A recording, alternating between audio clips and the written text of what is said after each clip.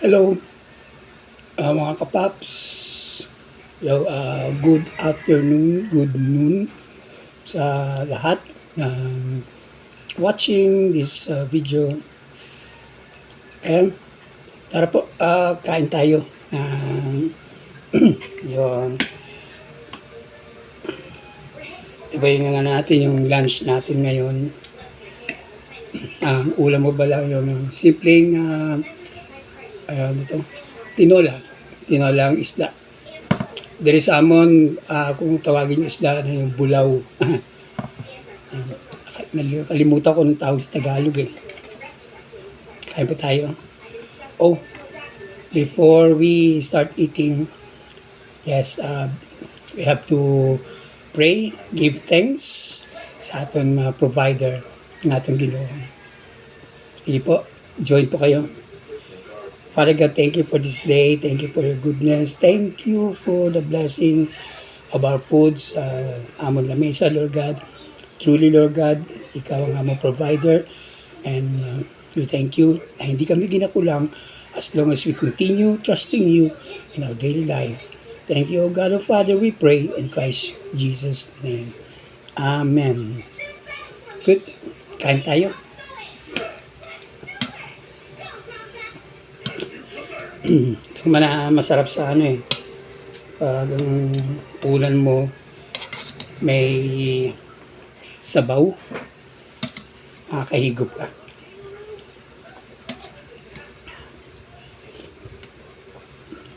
Saktong-sakto. Hindi po ako nagluto nito. Actually, luto ito ng anak ko. Noon, ang nagluluto sa amin o sa akin, ang asawa ko, pero ngayon dahil wala na siya, mga anak ko na. So, ang ganda, no? Basta naturuan natin yung mga anak natin sa gawaing bahay, especially mga babae sa pagluluto, makakatikim din tayo ng luto nila. Kasi nagkakaroon niya ng umiiba yung yung mga timpla. Pero pag naturuan sila ng mabuti, sigurado masarap din ang mga timpla ng luto nila.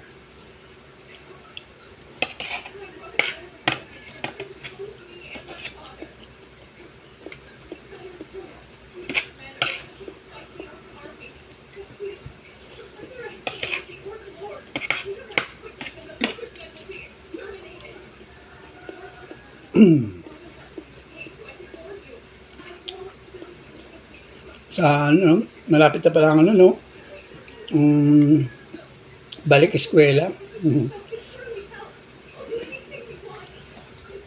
Amat-amat na naghahanda ang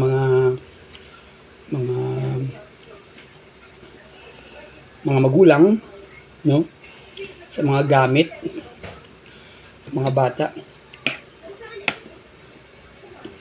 Ito nga, yung mga apo ko inumpisa na sila binibili na yung mga ibang kailangan. Meron ng binili na sila ng pa konti-konti lang.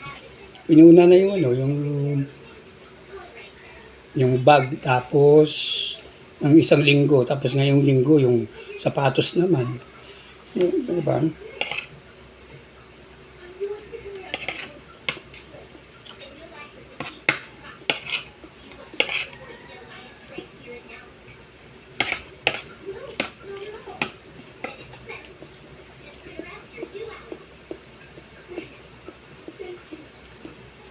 Sabi nga ng commercial,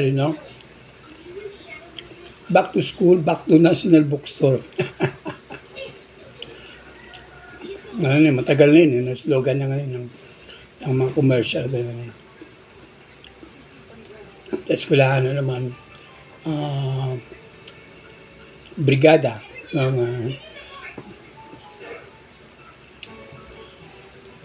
Anyway, blessing po kung talaga ang mga bata natin dire sa pag-aaral nila.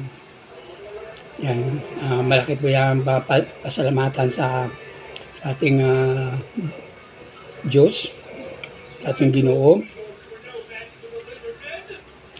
tuloy-tuloy lang po ang pagtitiwala at ang pagsalig sa pong may kapal at wala pong mangyayari sa buhay natin na parang napakahirap. Yun lang po isang sikreto na sa panahon na nagtiwala ako sa Panginoon. No? Lahat tayo may problema. Pero ano ang nag-iba? Nagiging magaan. Magaan. Kasi tumutulong siya. Ito yung kamay natin. Ito yung kamay niya. Di ba? Kaya gumagaan kasi nandito siya nakatulong sa atin. Kaya ang pagtitiwala is very, very important. Kung sa Diyos, kailangan tayo magtiwala ng buong buo. Ang balik niyan, matututunan din natin magtiwala sa mga mahal natin sa buhay, sa mga kaibigan natin. Ganun po.